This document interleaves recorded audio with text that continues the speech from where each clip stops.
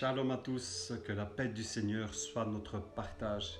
Aujourd'hui, je viens vous partager un verset dans le livre de Jérémie, chapitre 7, au verset 3. Je voudrais vraiment vous avertir, parce que nous sommes dans des temps difficiles, où la spiritualité est fort attaquée. Alors quand quelqu'un vient vous partager un verset, n'oubliez pas que vous devez prendre tout le chapitre du verset qu'on vous donne pour essayer de comprendre de quoi il s'agit.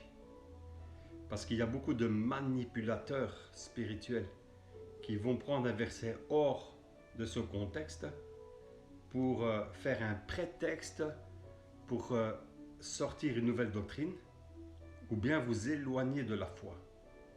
Et il y a des spécialistes qui sont mandatés par l'adversaire pour faire chuter beaucoup d'enfants de Dieu. Alors je vous lis ce verset dans le livre de Jérémie, chapitre 7 au verset 3. Ainsi parle l'Éternel. Désarmez le Dieu d'Israël, reformez vos voies et vos agissements, et je vous laisserai demeurer en ces lieux. Ici, l'Éternel inspire son serviteur, son prophète, le prophète Jérémie, pour laisser un message de réforme à son peuple.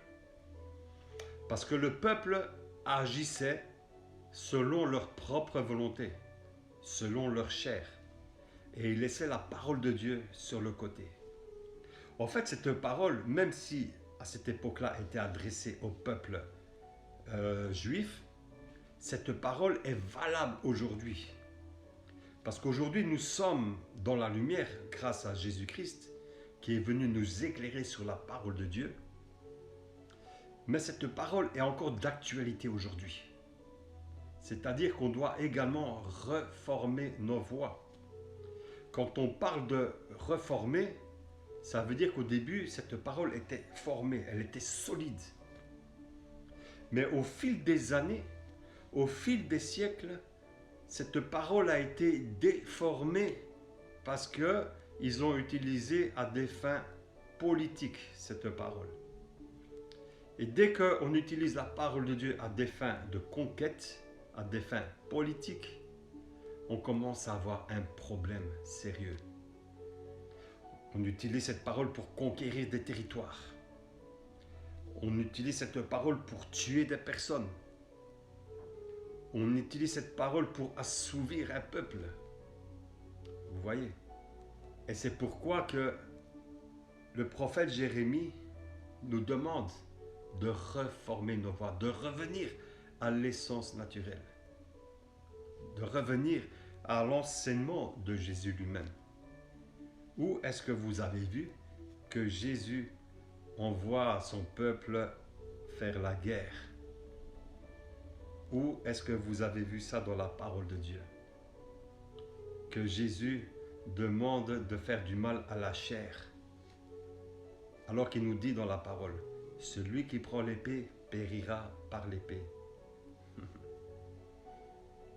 Quand Pierre a coupé l'oreille d'un soldat romain, il lui a dit non, c'est pas comme ça qu'un enfant de Dieu doit agir. C'est pas comme ça. On a à lutter contre les autorités spirituelles démoniaques. Et ça se passe dans le spirituel, dans la prière. C'est pourquoi Jésus nous donne un nouveau commandement dans Jean chapitre 13 au verset 34 à 35. Écoutez ce qu'il nous dit. Si seulement on pouvait mettre ces versets en pratique, dans le monde entier, il n'y aurait plus de guerre.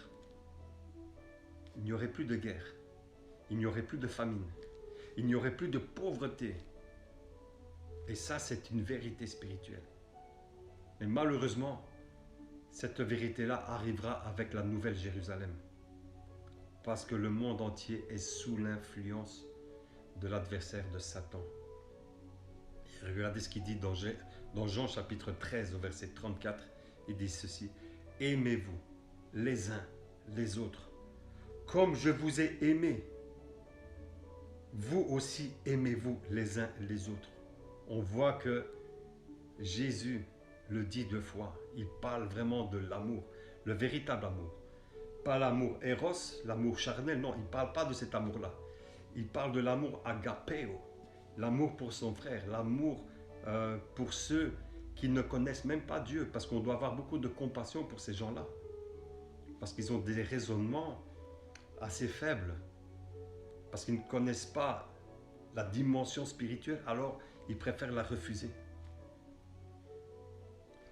Dieu nous demande de nous reformer. Dieu nous demande de revoir nos voies et nos agissements. Vous savez, la parole de Dieu, comme je disais, a été altérée à cause des années et des siècles où les hommes ont voulu dominer le monde en utilisant cette parole et en rajoutant des choses qui ne viennent pas de Dieu dans la Bible elle-même. C'est pourquoi la réforme protestante est très intéressante. Ils refusent catégoriquement les apocryphes que les religieux ont rajoutés à la parole. La parole inspirée est de 66 livres. Pas un de plus, pas un de moins. 66 livres. Je dis que les 7 livres qui ont été rajoutés, vous pouvez les lire, mais en sachant très bien qu'ils ne sont pas inspirés par le Saint-Esprit. Quand Dieu nous demande de nous reformer, c'est-à-dire de revenir à la source. C'est pourquoi la parole de Dieu est parfaite. Et quand on la met en pratique, on ne peut jamais se tromper. On ne peut jamais se tromper parce qu'on est dans la vérité. Jésus-Christ dira, je suis la vérité, le chemin et la vie. Pourquoi est-ce qu'on doit rajouter des choses? Ça n'a pas de sens. On doit ajuster notre spiritualité, on doit ajuster nos agissements, d'être dans le véritable amour. Et c'est pourquoi dans Jean chapitre 13 au verset 35, il nous dit ça. Il nous dit ceci. À ceux-ci, tous connaîtront que vous êtes mes disciples, si vous avez de l'amour les uns pour les autres. N'oubliez pas que tout a été fait par amour. La réconciliation entre Dieu et les hommes a été faite par amour. Parce que le sacrifice de la croix est un acte d'amour surnaturel. Parce que Christ, quand il a été à la croix, c'est juste par amour pour la création. Un amour ardent, ou sinon il ne l'aurait jamais fait. Mais comme il a eu de la compassion pour nous, lui qui était si puissant est venu dans le monde pour se réconcilier avec nous. Pour nous frayer un chemin vers l'éternité, vers le ciel. C'est pourquoi il dit, je suis le chemin, la vérité et la vie, que nul ne vient au Père que par moi. C'est une réalité spirituelle. Il faut reformer nos voies, revenir à la base, revenir aux Écritures et ne pas rajouter des choses qui sont en contradiction avec la parole de Dieu. Il y a des traditions dans le monde entier. Moi, d'où je viens de l'Espagne, du sud de l'Espagne. À l'époque, pour enlever les mauvaises sœurs le mauvais sort des villages, on allait au-dessus d'une église et on devait jeter une chèvre, la sacrifier comme ça. Vous voyez, est-ce que ce sont des choses normales? Où est-ce que vous avez lu ça dans la parole de Dieu? Hein? Toutes les traditions ne sont pas bonnes, hein, peu importe de l'origine d'où vous venez. Il y a des traditions qu'on ne doit pas mettre en pratique en tant qu'enfant de Dieu. On doit reformer nos voies, mes amis. Nous recentrer et toucher cette cible. Quand tu te réformes, quand tu sanctifies tes agissements, tu viens dans la volonté parfaite de Dieu. Et là, on peut dire que tu es à l'image et à la ressemblance de Dieu. C'est seulement ceux qui font la volonté de Dieu et qui agissent comme Dieu désire que tu agisses, qu'on peut dire que tu as la ressemblance et à l'image de Dieu. Une ressemblance de sainteté et de sanctification.